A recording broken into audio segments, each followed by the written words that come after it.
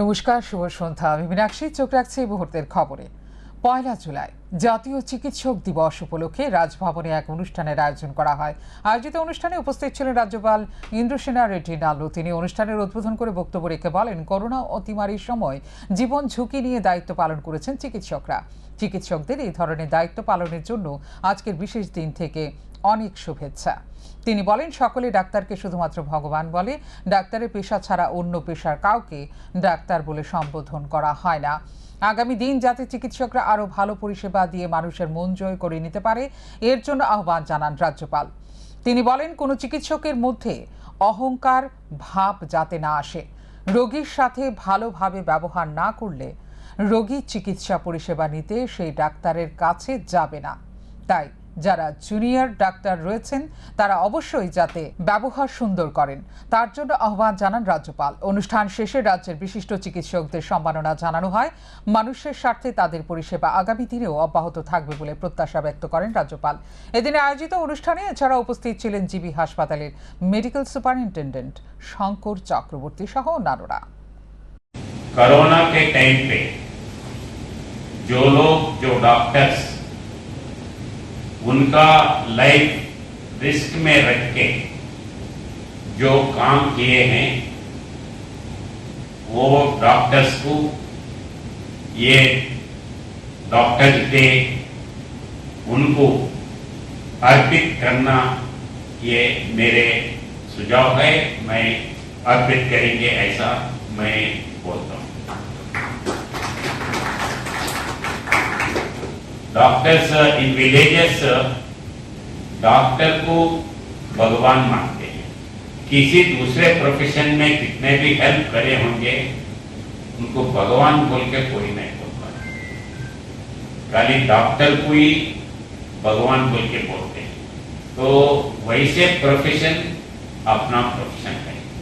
और पेशेंट जो है, कितने भी अच्छे दोस्त हो, रिलेटिव हो, माँ बाप हो, भाई हो, बहन हो, उनको सब नहीं बोलते, डॉक्टर के पास ही। সোমবার মেলাঘরে নির্মহল পরিদর্শনে গেলেন রাজ্যপাল ইন্দ্রসেনা রেড্ডি নাল্লু। এদিন সকালে মেলাঘরে রুদ্রসাগরের পাড়ে যান রাজ্যপাল। রাজ্যপালকে স্বাগত জানান জেলা শাসক নাগেশ কুমার বি। জেলা পুলিশের পক্ষ থেকে রাজ্যপালকে গার্ড অফ অনার প্রদান করা হয়। তারপর নির্মহলে যান রাজ্যপাল। নির্মহলে সৌন্দর্য সরেজমিনে পরিদর্শন করে দেখেন রাজ্যপাল। বেশ কিছু সময় নির্মহলে কাটান তিনি। পরে তিনি সংবাদ মাধ্যমের মুখোমুখি হয়ে জানান, পর্যটকদের কাছে নির্মহলকে আকর্ষণীয় করে তোলার জন্য সরকারের সাথে কথা বলবেন। পাশাপাশি নির্মহলের সৌন্দর্যায়নকে রক্ষা করার বিষয় নিয়ে সরকারের সাথে কথা বলবেন। Even if it is a small state, it is having tourism spots, Chabimura and other places, Gomati River boating, and like Neer Mahal. And Neer Mahal is having a special status for its such type of mahal in the water. It is not there in entire country except Jaipur. So big scope is there for tourism, and the government has to take even already taking the steps by calling G20 people here, and it has developed. It needs more for even for tourists to attract. I will give my suggestions. The private people. ভারতীয় গণতান্ত্রিক ইতিহাসে এক কালো অধ্যায় হিসেবে কুখ্যাত 1975-এর emergency কাল। রাজনৈতিক উদ্দেশ্যে সংবিধানের প্রদত্ত অধিকারের অপব্যবহার করে 21 মাস ধরে দেশের নাগরিকদের অধিকার খর্ব করে এই দুর্বিষহ পরিস্থিতি তৈরি করা হয়েছিল। সোমবার ন্যাশনাল ল ইউনিভার্সিটি ত্রিপুরা কর্তৃক আয়োজিত emergency provisions under India constitution retrospective and prospect শীর্ষক এক দিবসীয় সিম্পোজিয়ামে উপস্থিত হয়ে ছাত্রছাত্রীদের উদ্দেশ্যে বক্তব্য রেখে এই কথা বলেন মুখ্যমন্ত্রী ডাক্তার মানিক সাহা। পাশাপাশি মুখ্যমন্ত্রী এদিন এই ইমার্জেন্সি পরিস্থিতির কথা ছাত্রছাত্রীদের বিস্তারিত অবগত করেন এবং এর সময়ের কথা উল্লেখ করে তিনি দুঃখ প্রকাশ করেন। পরে ছাত্রছাত্রীদের সাথে কথা বলে কলেজের পড়াশোনার বিষয়ে খোঁজ খবর নিয়ে অবগত হন এবং আগামী দিন তারা যাতে রাজ্যের এবং দেশের সুনাম অর্জন করতে পারে তার জন্য প্রত্যাশা ব্যক্ত করেন মুখ্যমন্ত্রী। আয়োজিত অনুষ্ঠানে এছাড়া উপস্থিত ছিলেন মুখ্য সচিব জে.কে. সিনহা সহ শিক্ষাবিদরা। মুখ্যমন্ত্রীর সহ উপস্থিত অতিথিরা ছাত্রছাত্রীদের সম্বোধন করেন। And regarding this symposium, I already heard the speakers. Already they have touched all the points.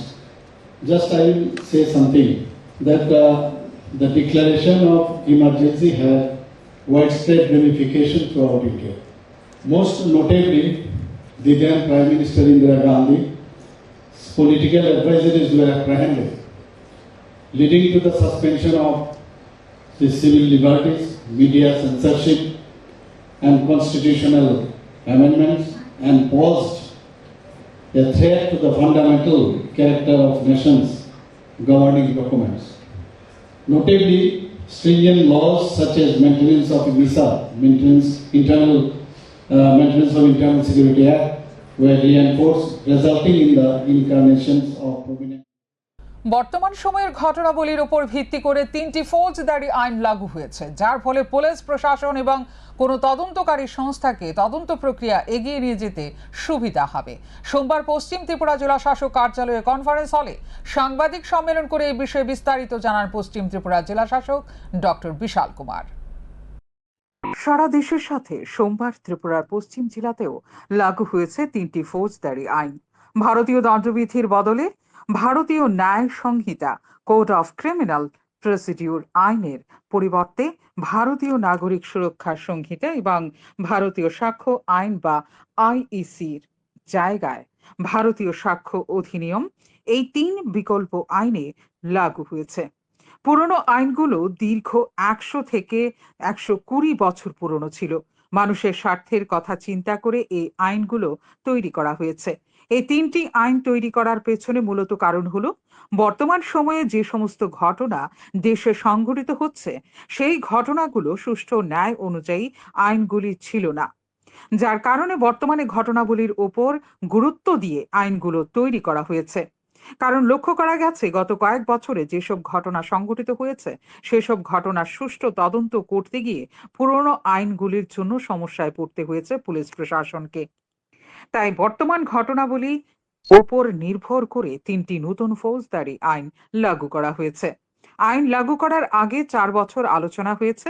তারপর বিচারপতি, আইনজীবী সহ বিভিন্ন অংশের বিশিষ্ট জনদের কাছ থেকে পরামর্শ নিয়ে এই আইন কার্যকর করেছে সরকার।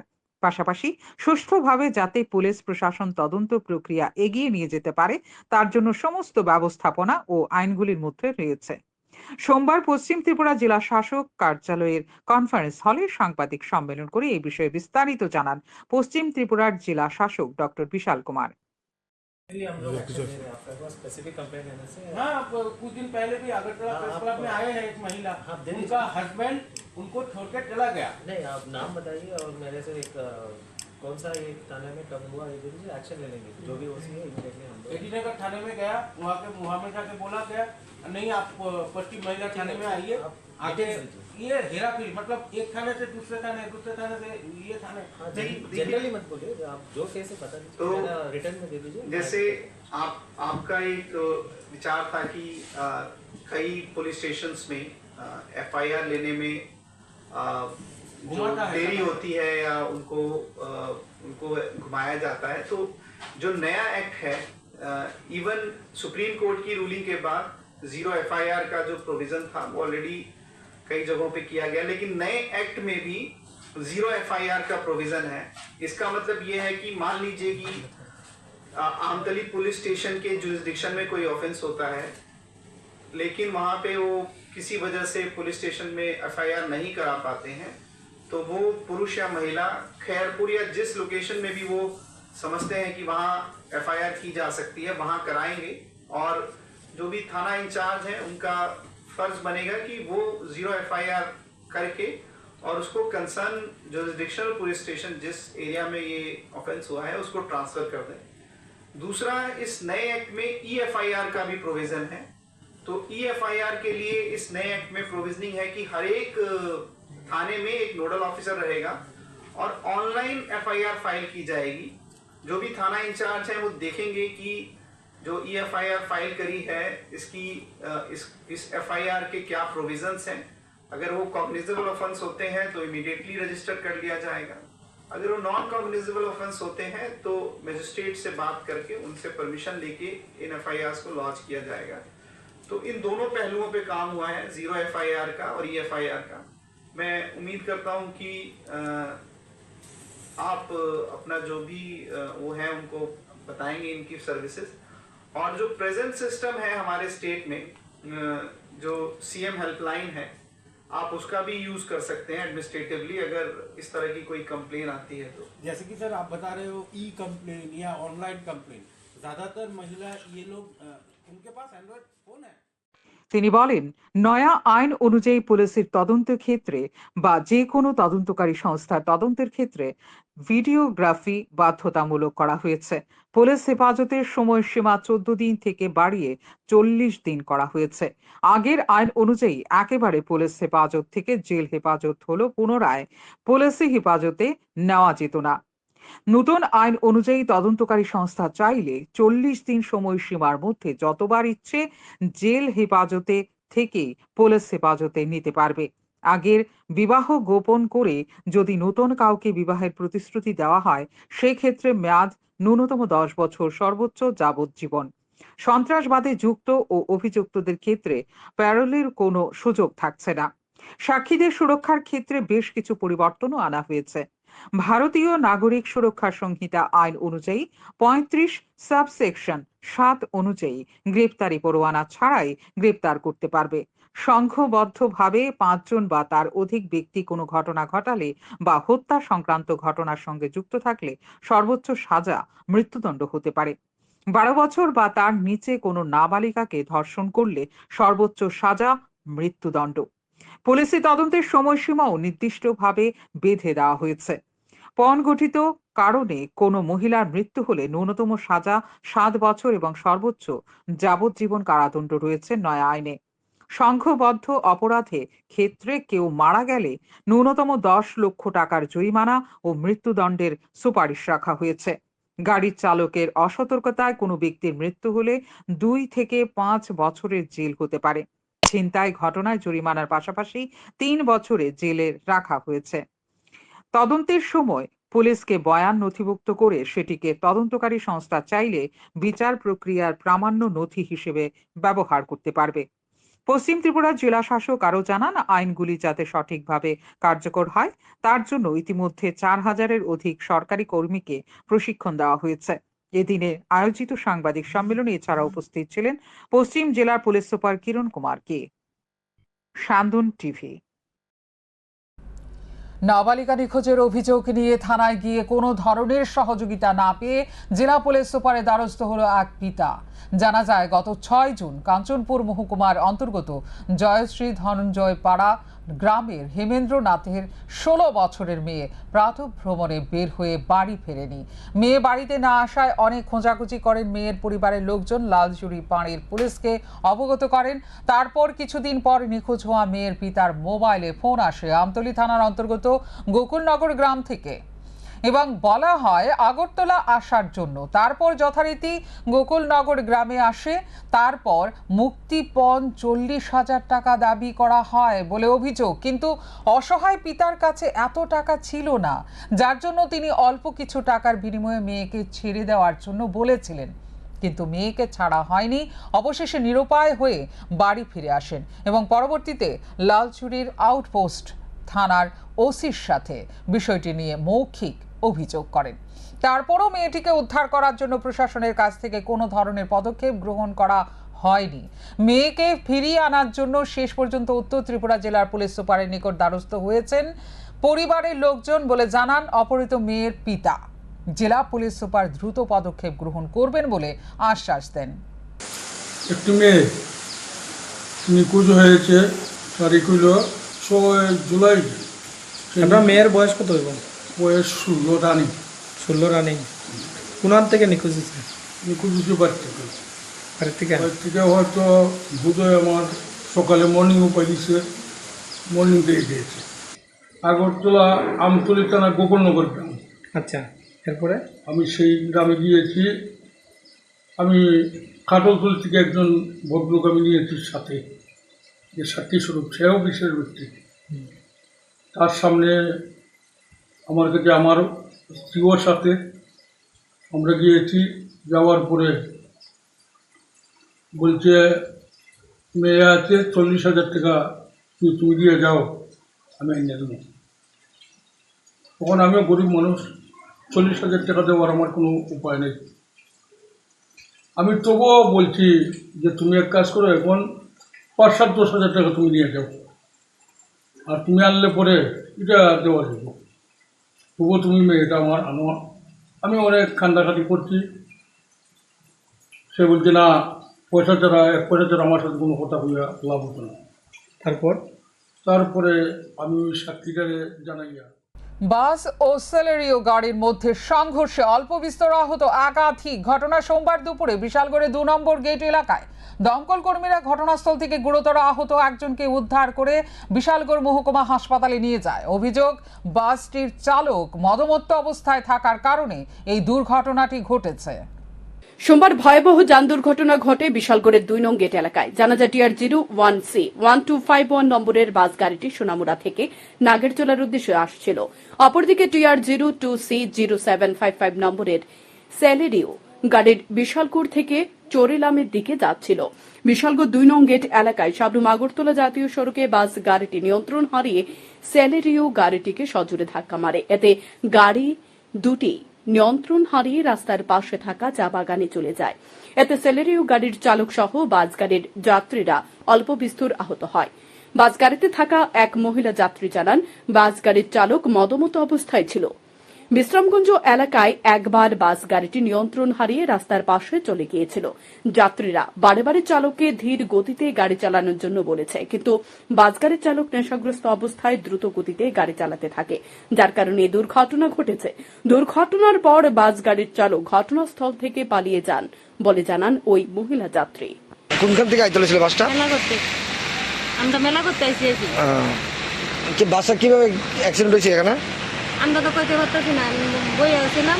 তারপরে দেখি এই গাড়ি রাইতেছে, আর এই গাড়িটা এটারে এমনি আগে করছে, আর এটা এদিকে চালাইতেছে, চালাইয়া করে সেদিকে যাই কাটতে গেছে। ড্রাইভার আছে না, লিন করে দিচ্ছে। তারপরে আমরা বিশ্রামগঞ্জ যাবো, পদ্মনগর এসে এমন তো করতে পারে, আমরা করে আসতে চালান 1 সময় কাটতে গেছিল। তারপরে আবার এদিকে কোন সমুদ্রে কইতেছে, আমরা গাড়ি সবাই বুঝতেছি যে আসতে চালান এমন মেলা করতে কিছুক্ষণের মধ্যে আয়া পড়ছে গাড়িটা। হেড রিং করে দিচ্ছে, তো এরপরে এমন করে বুঝতে পারে আমরা তো সব মহিলারা চিল্লাচিল্লি করতেছি। তারপরে ড্রাইভার আছে না, জানালাটা খুইলা জেরে লাভ দিয়ে গেছে, লুকাই গেছে। এরপরে আর করতাম পারতাছি না স্যার। কেমন মানুষ আহত হয়েছে নি? ও অনেক লোক হয়েছে, তারপরে নিচে গেছে গাড়ি দিয়ে হসপিটাল নিছে। আপনি ব্যথা পাইছে? আমি কোনো পাই ব্যথা পাইছি, হাঁটতে পারতাছি না। এদিকে যান দুর্ঘটনার খবর পেয়ে বিশালগড় দমকল বাহিনীর কর্মীরা ঘটনাস্থলে ছুটে যায়। দমকল বাহিনীর কর্মীরা ঘটনাস্থল থেকে দুর্ঘটনাগ্রস্ত সেলেরিও গাড়ি চালক বিশ্বজিৎ সাহাকে উদ্ধার করে বিশালগড় মহকুমা হাসপাতালে নিয়ে যান। বিশালগড় মহকুমা হাসপাতালে কর্তব্যরত চিকিৎসক জানান, আহত বিশ্বজিৎ সাহাকে প্রাথমিক চিকিৎসা পরিষেবা প্রদান করা হয়েছে। বর্তমানে আহত বিশ্বজিৎ সাহার শারীরিক অবস্থা স্থিতিশীল রয়েছে বলেও জানান তিনি। বিশ্বজিৎ সাহা নামে একজন পেশেন্টকে ফায়ার সার্ভিস নিয়ে এসছে। তো ফায়ার সার্ভিস থেকে জানা গেল যে মারুতি আর বাসের মধ্যে সংঘর্ষতে পেশেন্টটা ইনজিওর্ড হয়েছে। ইনজিওরির পর এখন বিশালগড় হসপিটালে আনা হয়েছে। আমরা প্রাইমারি ট্রিটমেন্ট করেছি, আর পেশেন্ট এখন স্টেবল আছে। দুর্ঘটনার পর বিশালগড় থানার পুলিশ ঘটনাস্থলে ছুটে যায়। পুলিশ ঘটনা তদন্তে নেমেছে, পাশাপাশি নেশাগ্রস্ত বাস গাড়ির চালককে জালে তোলার চেষ্টা চালিয়ে যাচ্ছে। ঘটনাকে কেন্দ্র করে এলাকায় চাঞ্চল্য বিরাজ করছে। সান্দন টিভি। সোমবার দুপুরে এক মর্মান্তিক দুর্ঘটনা ঘটে গেল কৈলাসহরের ইছবপুর গ্রামে। বিস্কুট ভর্তি একটি ম্যাজিক গাড়ির ধাক্কায় ৬৫ বছরের এক ব্যক্তির মৃত্যু হয়।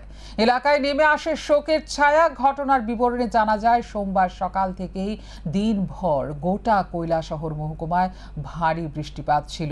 এই প্রচণ্ড বৃষ্টি চলাকালীন সময়ে TR02L1604 নম্বরের একটি বিস্কুট ভর্তি ম্যাজিক গাড়ি কৈলাসহরের ইছবপুর গ্রামের প্রভাকর ইংরেজি মাধ্যম জুনিয়র বেসিক স্কুলের সামনের একটি দোকানে বিস্কুট দিয়ে আসে। দোকানে বিস্কুট দিয়ে গাড়ি শহরে আসার জন্য গাড়ির চালক গাড়িটাকে ব্যাক গিয়ার দেয়। সেই সময় ইছবপুর গ্রামের ৬৫ বছরের মানিক দেবকে পিষে নেয়। মানিক দেব চিৎকার করলেও প্রচণ্ড বৃষ্টির কারণে গাড়ির চালক সম্ভবত কিছুই শুনতে পাননি। তারপর একটা সময় ঘটনাস্থলে মৃত্যুর কোলে ঢলে পড়েন মানিক দেব। কৈলাসহর থানার ওসি শ্যামল কান্তি মজুমদার জানান যে মৃত মানিক দেবের ছোট ভাই গাড়ির চালক প্রীতম সিনহার বিরুদ্ধে কৈলাসহর থানায় লিখিত অভিযোগ করেন। পুলিশ মামলাটি রেজিস্ট্রি করে এবং মামলার নম্বর হল KLS-PS 83/2024। ওসি শ্যামল কান্তি মজুমদার আরও জানান, ঘটনাস্থল থেকে ঘাতক গাড়িটিকে থানায় আনা হয়েছে।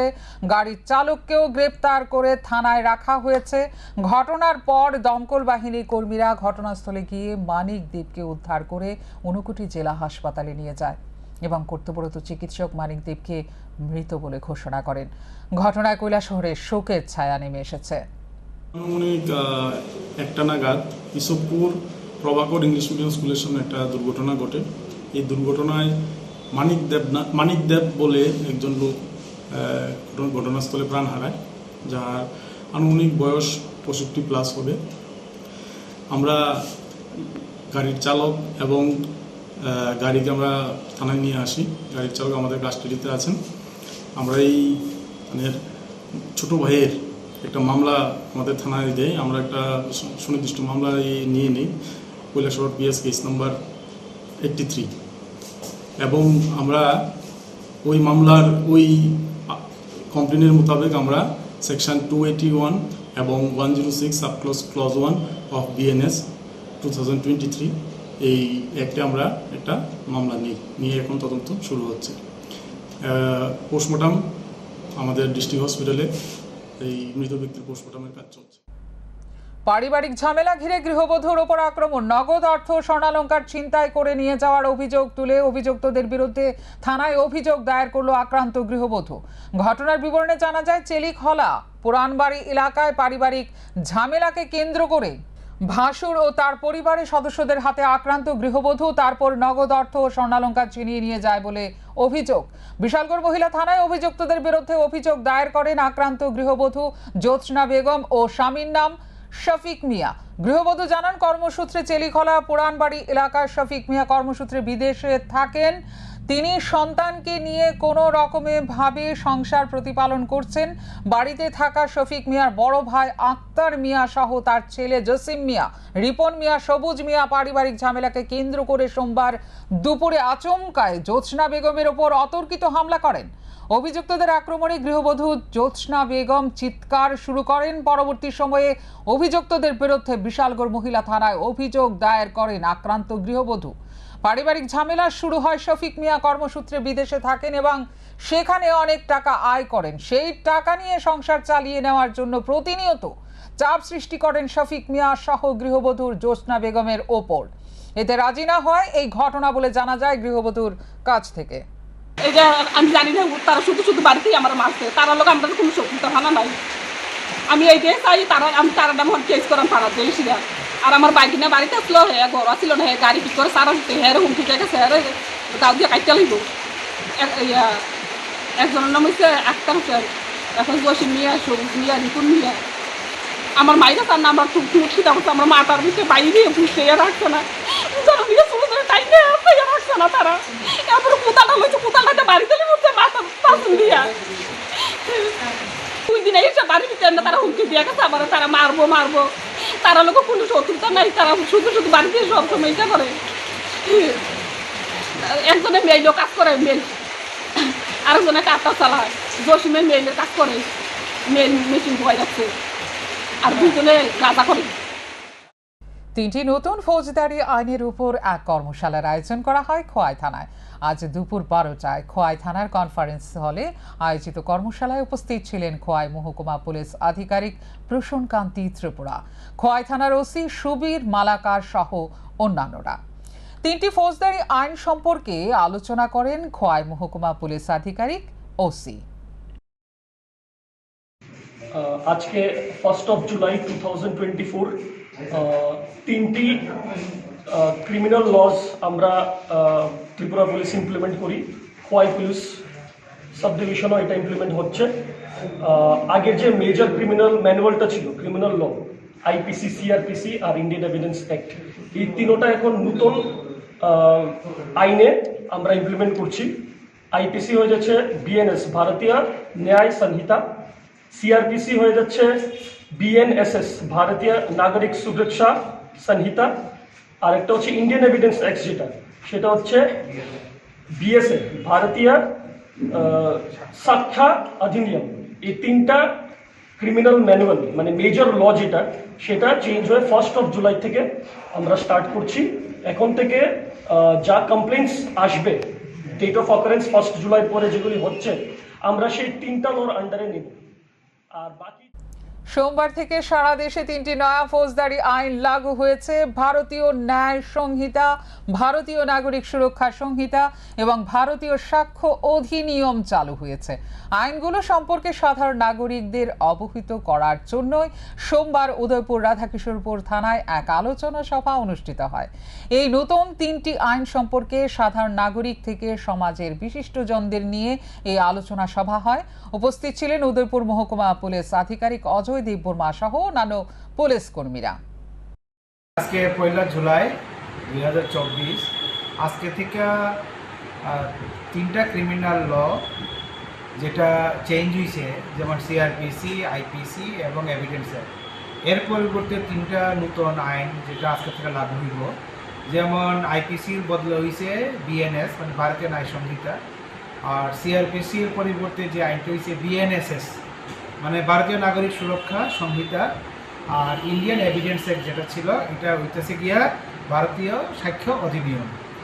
তিনটা ক্রিমিনাল ল আজকের থেকে নতুনভাবে চলব, ওইটারে নিয়ে আসে এরা এবং দ্য পাবলিক এবং যারা এখানে রেসপেক্টেবল পার্সন আছে। এখনকার মতো এই মুহূর্তের সংবাদ এই পর্যন্ত। অন্যান্য আপডেটস দেখার জন্য অবশ্যই নজর রাখতে হবে সান্দন টিভির পর্দায়। সান্দন টিভি, দায়বদ্ধতায় যার ঐতিহ্য।